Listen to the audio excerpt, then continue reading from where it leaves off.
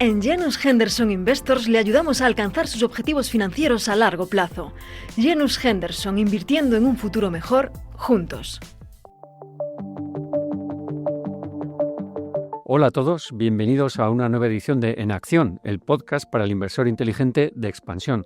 Mi nombre es Roberto Casado, soy el corresponsal económico de Expansión y para nuestro primer podcast tras el descanso del verano contamos con un invitado bien conocido por los seguidores de Expansión. Se trata de Ramón Forcada, director del Departamento de Análisis Financiero y de Mercados de Bankinter. Hola Ramón, ¿cómo estás? ¿Qué tal? Encantado. Gracias por venir aquí. Un placer. Como decía, es el primer podcast que hacemos tras el parón vacacional y para aquellos que hayan estado desconectados del todo, vendría bien primero hacer un poco un repaso de lo que ha pasado en agosto, que a diferencia de otros meses en años anteriores, otros veranos, donde hubo sustos en el mercado, donde la baja liquidez hizo que cualquier noticia negativa provocara ajustes o sustos, como decía el mercado, este año parece que ha sido relativamente tranquilo y ha aguantado noticias que eran poco positivas para el mercado, ¿no? Como la presión de Trump a la Fed, la nueva inestabilidad política en Francia, las dudas sobre la inteligencia artificial. ¿Cómo has visto tú, si no has estado en la playa este mes de agosto? Bueno, al final uno se va a la playa pero no desconecta, ¿no? Pues lo has dicho perfectamente, ¿no? Nosotros estábamos esperando que en agosto hubiera una toma de beneficios, incluso algún resbalón. Lo hubo en el año 23, que además costó recuperarse del resbalón hasta diciembre. En el año 24 fue muy rápido. En el año 25 no lo ha habido. Y a mí me hubiera gustado que lo hubiera habido, porque siempre le gusta a uno tener argumentos para después, cuando te replanteas qué vas a hacer el año que viene, cómo salen las valoraciones, cómo están los factores principales que dirigen el mercado, si tienen buen aspecto, poder empezar a ponerte un poco más alegre, entre comillas, ¿no? Y si eso lo haces a niveles un poco más atractivos, mucho mejor. Yo siempre digo que es mucho mejor comprar, si crees en ello, cuando la situación se ha torcido un poquito y te ponen precios más atractivos, que no tratar de perseguir al mercado, porque el mercado suba y entonces no.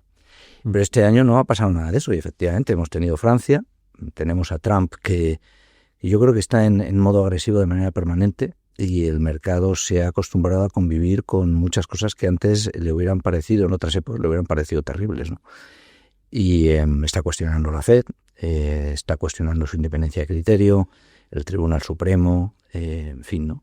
Y el mercado yo creo que le ocurre una cosa muy buena y es que su grado de independencia de la política es cada vez mayor. Uh-huh.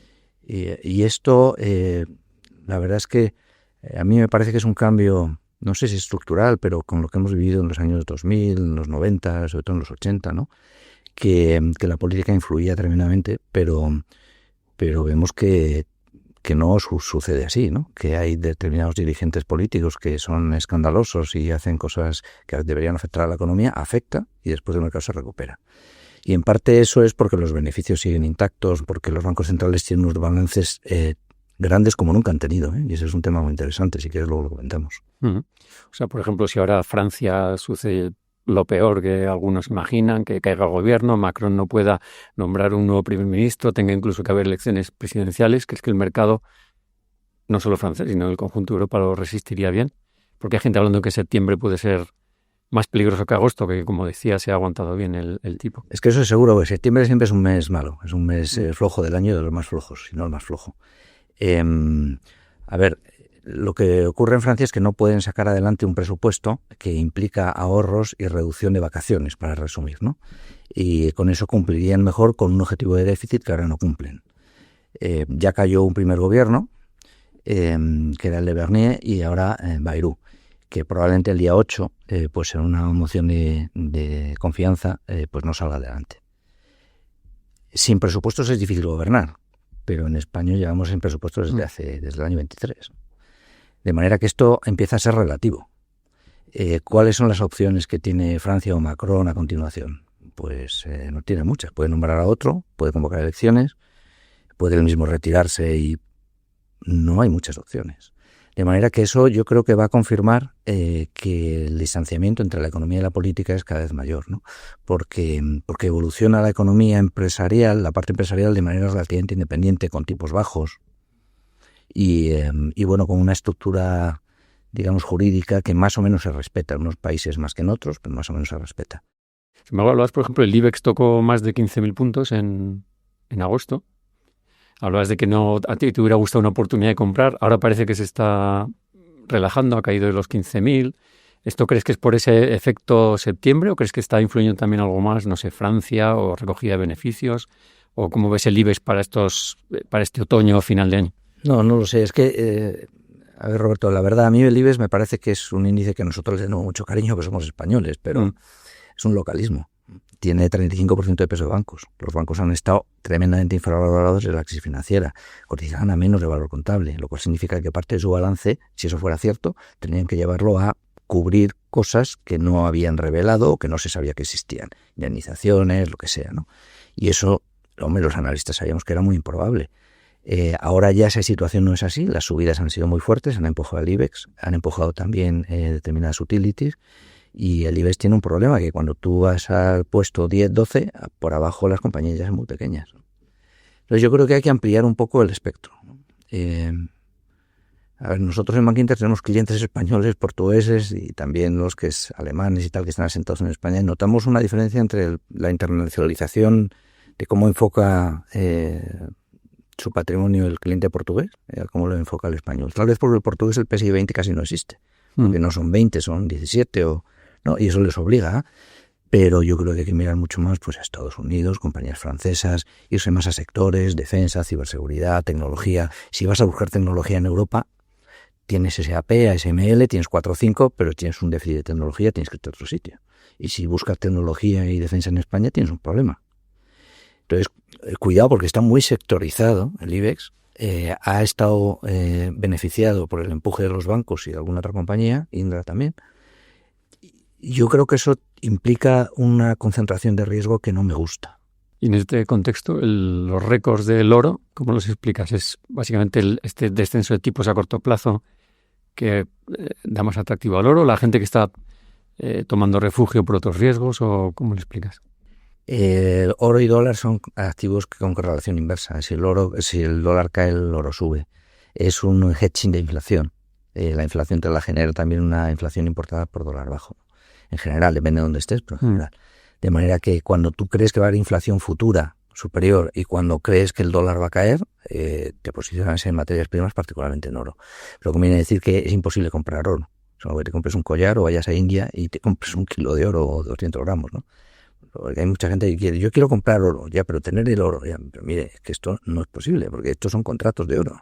Ya, pero hay un fondo de inversión de oro. Mira, el fondo de inversión lo que tiene usted es el compromiso del fondo de inversión de un documento que, referenciado al precio de oro, le va a pagar en función de lo que pase, ¿no? Lo digo también por avisarlo un poquito. ¿Y Bitcoin cómo lo explicarías? Porque al final parece más dentro de los activos, parece que se ha convertido más en dentro de los activos de riesgo, pues el de más riesgo, y cuando sube la bolsa esto ya suben más, y cuando cae se supone que caerá más. ¿O cómo explicas el interés que hay ahora por las criptomonedas? Yo respeto la libertad de todo el mundo para correr los riesgos que quiera, obviamente. No puede ser de otra manera. Pero yo, en Bankinter nosotros nunca podemos recomendar algo que no podemos explicar. Yo debo poder explicar cuánto vale algo. O sea, cuando nos ponemos a ver Louis Vuitton, nos equivocaremos, pero intentamos hacer el caso libre, el descuento total, tipos, inflación, etcétera. Un bono, pues lo mismo, intentas valorarlo. Y te equivocarás, pero tienes una forma de valorarlo. Un Bitcoin, ¿no? Una criptomoneda, ¿no? Hay 2.000. Bueno, todo el mundo conoce Ethereum, Bitcoin, Doge, etcétera, y ahora han salido los stablecoins, ¿no? Que suenan mucho mejor, porque esto no lo podíamos explicar, pero ahora ya esto sí. Yo lanzo un vehículo de inversión que es como un holding, en el que usted me da el dinero y yo invierto en bonos del Tesoro americano. Claro, el señor Trump está encantado, porque tiene el US One, ¿no? Que es el suyo propio, y además empuja las criptomonedas. Y detrás de cada $100 que haya en un stablecoin hay $100 de T-notes o de bonos o de una divisa que ya no es esta, ¿no? Bueno, muy bien. Y si el valor de los bonos cae, ¿cuánto vale el stablecoin? Valdrá menos, ¿no? ¿Y para qué voy a invertir en un stablecoin si tiene T-note detrás? Para eso compro un T-note, ¿no? Quiero decir que yo tengo la mala costumbre de intentar entender las cosas. Y cuando no entiendo algo es que no puedo recomendarlo. Será fenomenal. Cada uno puede hacer lo que quiera, pero yo no puedo colaborar en eso. Y volviendo a una cosa más terrenal, las compañías, la inteligencia artificial, este boom, ¿crees que las valoraciones que han alcanzado, sobre todo las grandes compañías americanas, es excesiva y riesgo hay de un pinchazo de burbuja? ¿O crees que está justificado por las perspectivas de crecimiento que puede tener la inteligencia artificial? Esta es una pregunta que me va a costar mucho responder, porque no lo sé. Es una conjetura. Pero bueno, cuando ya has vivido la burbuja de Internet, la crisis de México, etcétera, las rupturas tecnológicas suelen tener lo que los americanos llaman un hype cycle, que es, hay un punto en que se sobrevalora lo que vas a conseguir y luego hay un momento de ajuste cuando ya ves lo que realmente podrías conseguir. Eso en la burbuja de Internet lo vivimos. Y yo creo que la inteligencia artificial es una herramienta muy útil para ahorrar mucho tiempo en procesos y en conocimiento. Y para tener esa herramienta hacen falta unos semiconductores muy avanzados. Y quien tenga los semiconductores de tecnología punta podrá controlar las rutas comerciales del siglo XXI, que no solamente son las marítimas, como han sido siempre, sino que es Internet y la información en Internet y cómo desarrollo negocios en Internet. De manera que la inteligencia artificial es un desarrollo que va a hacernos mucho más productivos. ¿Cuánto de más? No lo sabemos. ¿Va a compensar? No lo sabemos. Lo que sí sabemos es que las compañías se posicionan para tener los semiconductores adecuados para poder hacer eso. ¿Van a monetizarlo como para que compense la inversión que hacen? No lo sabemos. Pero es que no puedo decir que no. Porque que yo sepa, nadie es capaz de medirlo. Estamos en el punto de previo a la burbuja.com de su momento. Y entonces esto, el hype cycle, habrá un momento en que se reajuste. No van a salir perjudicadas las compañías de semiconductores. Van a salir perjudicadas aquellas que buscan una utilidad que les dé un retorno a la altura de las expectativas a la hora de hacer negocios. Pero no quien vende los semiconductores. Por eso nosotros estamos anclados en semiconductores. En ciberseguridad, que necesita también esos semiconductores para proteger los negocios en las rutas comerciales, que en el siglo XXI es Internet, además del comercio por mar, ¿no? Y no lo sabemos. Yo creo que no hay... nosotros, cuando... el otro día hicimos un ejercicio de reflexión sobre Nvidia, por ejemplo, cuando publicó hace un par de semanas, ¿no? Él publica esta semana Broadcom. Retrocedemos 5 o 10 años atrás. Miramos la capitalización de Nvidia, los beneficios de Nvidia en ese momento, y lo que se pensaba sobre Nvidia. Y en ese momento se pagaba 100 y pico veces beneficios de Nvidia. ¿Cuánto crecía Nvidia? Nvidia hace 10 años crecía exponencialmente. No crecía al 40%, crecía al 150 o al 300%. ¿Justificaba un PER de 100 veces y pico? En ese momento no lo sabíamos, porque es que evaluar las cosas de un momento histórico pasado con los ojos de hoy, esto es hacer trampa.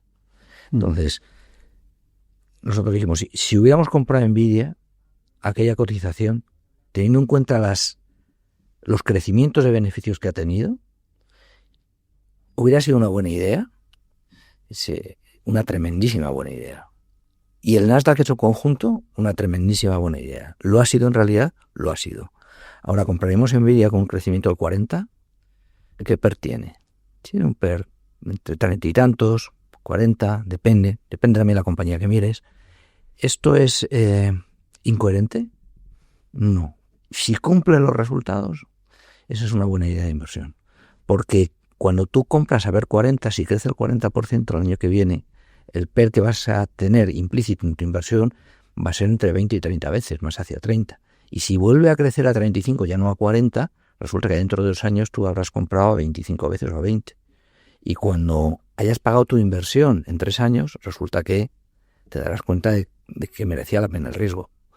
Solamente hay un punto débil, siempre y cuando sigan creciendo al ritmo que se espera. Por eso cada vez que publican estas compañías, el mercado, todos, miramos a ver cuál es el punto vulnerable en el que no es que haya una decepción, sino ya, pero en el cloud resulta que parece que hay algo más débil, ¿no? Y menos 2%, menos 3%, fantástico, cómpralo.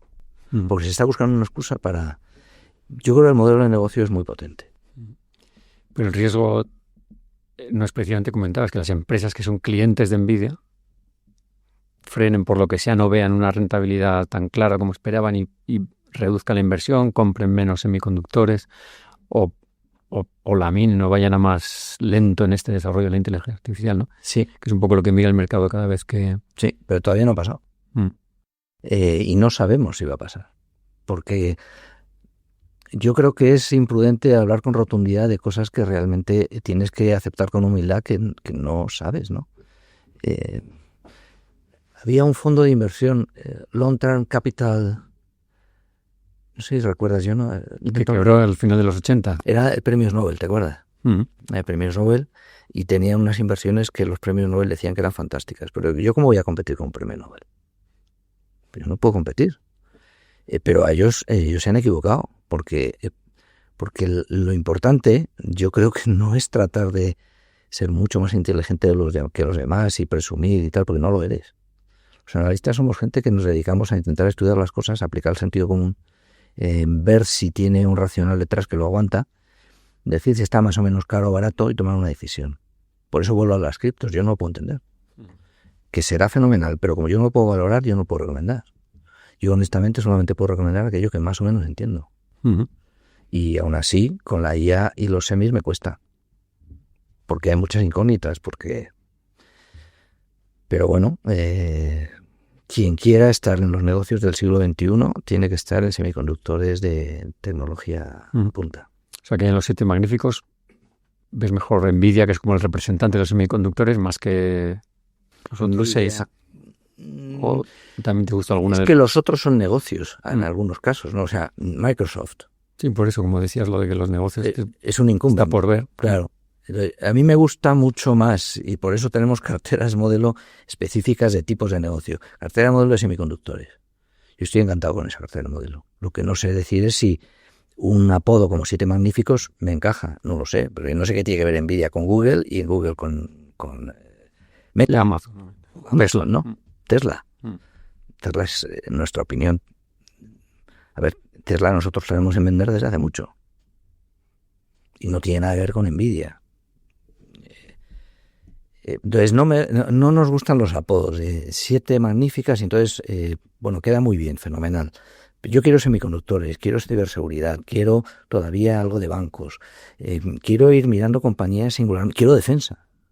Nosotros nos pusimos a buscar un fondo de inversión de defensa hace 2 años, no lo había. Y al final, dijimos, bueno, lo sacarán antes o después. Hay algún ETF, un poco jovencito, pero hay algún ETF. Pero es ETF. Entonces dijimos, pues vamos a hacer lo único que sabemos hacer, que es seleccionar compañías de defensa y hacer una cartera. Oye, al principio, las carteras nuestras tienen que tener 10 valores para diversificar algo. 10 más, o sea, más de 10 ya, lo que sucede es que no te compran la cartera. Porque si pones 25, pues no, es más difícil. Entonces 10 nos parece un número bueno. Vamos a poner 10 compañías de defensa, dijimos. Europeas, sí que europeas, porque el lío está en Europa, ¿no? Las americanas ya están bien valoradas, aparentemente, ¿no? Conseguimos 5. Claro, en cuanto ha habido un boom de defensa, había compañías que incluso han salido a cotizar, y algunas cotizaban ya muy pequeñitas, y ya podemos tener 10 europeas de defensa. Nos gusta el concepto de defensa. ¿Cuánto nos gusta? Porque ahora flojea, porque resulta que a lo mejor hay paz en Ucrania y tal, no importa, es una industria nueva. Es que estás pagando multiplicadores altos para Leonardo, para Rheinmetall, sí, pero es que la industria que era 10 va a ser 100, y ya va por ese camino, de manera que cuando estoy pagando 20 y tantos veces beneficios, es posible que dentro de 3 años, si compro hoy, esté pagando per 12, per 11, y entonces me arrepentiría de no haberlo hecho. ¿Tiene riesgo? Claro, toda en la vida tiene riesgo. Seguro en la vida no hay más que la muerte y los impuestos, entonces claro. Entonces un inversor español, lo primero no pensar solo en el IBEX, ¿no? Sería la primera recomendación. No. Bitcoin no sabemos. ¿Qué sectores o...? Estos. Defensa, tecnología. Defensa, ciberseguridad, semiconductores, tecnologías más amplio, me da un poco más de miedo, ¿vale? ¿Y en Europa hay alguna empresa? Sí, ASML, que hace una de los wafers, una de las fases, o sea, esto es TSMC, ASML y Nvidia, ¿no? Entonces, va en cadena, además en continentes distintos, ¿no? Taiwán, Europa, Estados Unidos, ¿no? Si hubiera que coger un trío, yo cogería ese.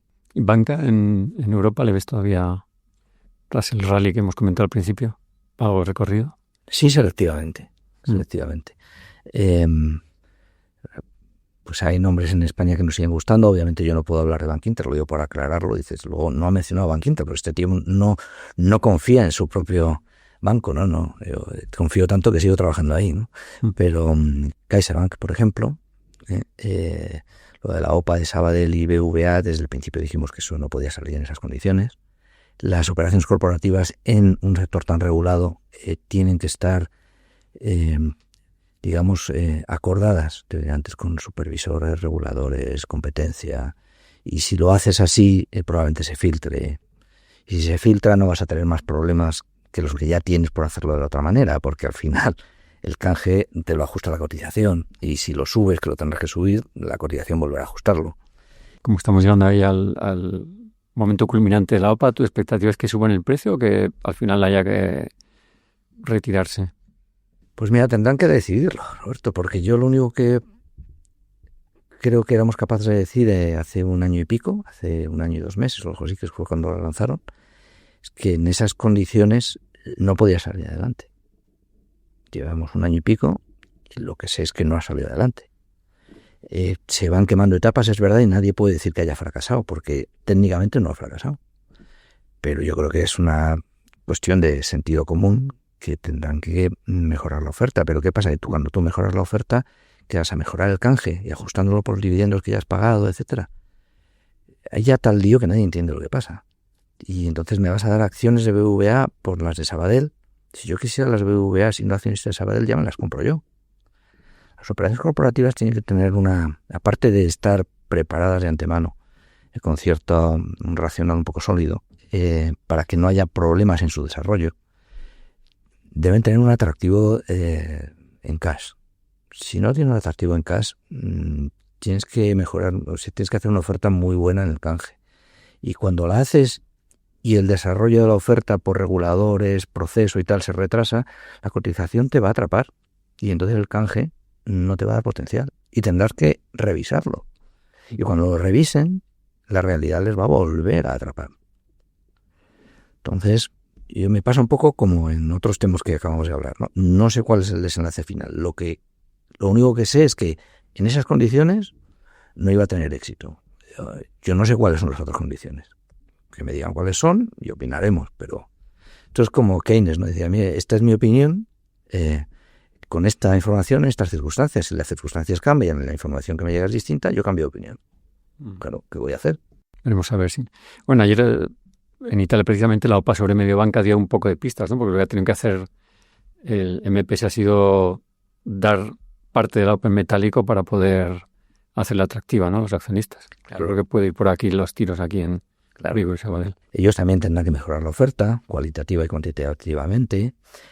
El sector bancario está tan regulado y tan supervisado que es muy difícil. O sea, esto no es como si alguien de una compañía industrial lanza una oferta sobre otra compañía industrial. No.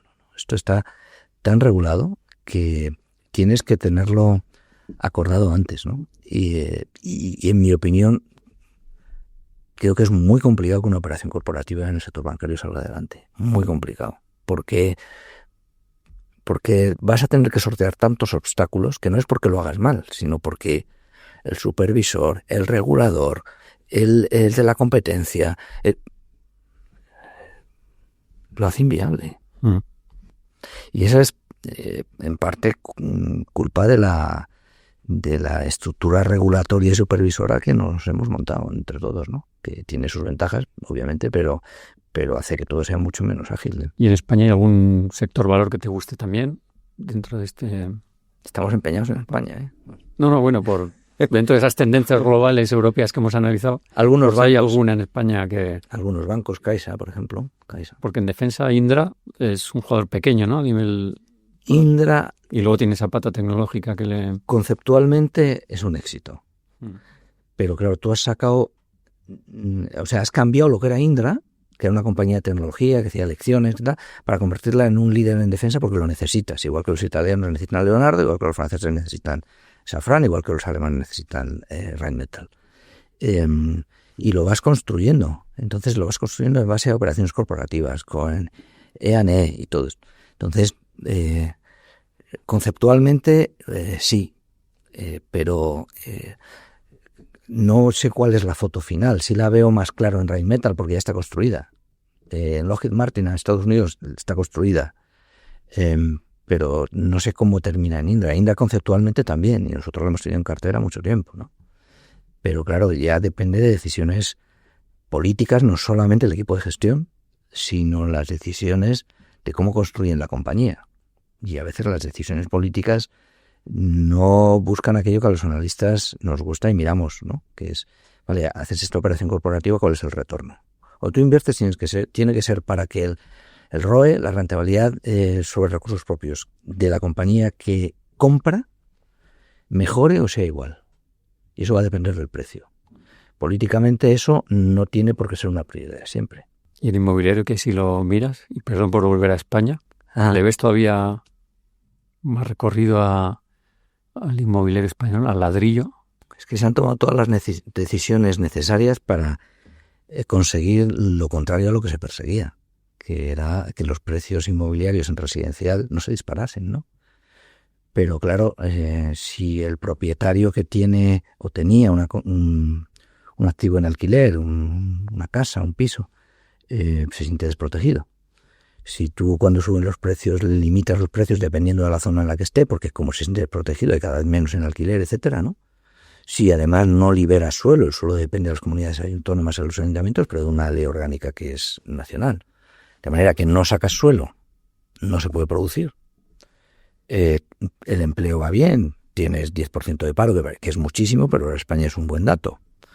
Tienes 21, camino de 22 millones de personas, que están dadas de alta en la seguridad social, es decir, trabajando. O sea, tienes un mercado de trabajo potente. Esto es así. Y resulta que no hay suelo. Y además el inversor que va a alquilar se siente desprotegido. Y además resulta que, pues los tipos de interés son bajos, lo lógico sería que para favorecer esto pusieras suelo y protegieras al propietario. Pero como no es así, el propietario decide que no va a alquilarlo y que prefiere retenerlo para venderlo a mejor precio porque no hay suelo y como no hay stock, pues yo me dedicaré a otra cosa, pero no a alquilar la casa. Y entonces se han dado todas las circunstancias para que los precios sigan subiendo. Nosotros queremos que sigan subiendo un 3 o un 5. 3,5 anual. Uh-huh. Bueno, yo creo que hemos tocado ya todos los palos y sectores, ¿no? Nos vamos con muchas ideas para este otoño. Muchas gracias, Ramón, por participar en este podcast. Te seguiremos en los vídeos de expansión, por supuesto, que gracias. Elaboras semanalmente. Y muchas gracias a la audiencia por escucharnos. Esto es En Acción, el podcast para el inversor inteligente de expansión que dirige Amparo Polo y realiza Cristina de Rojas.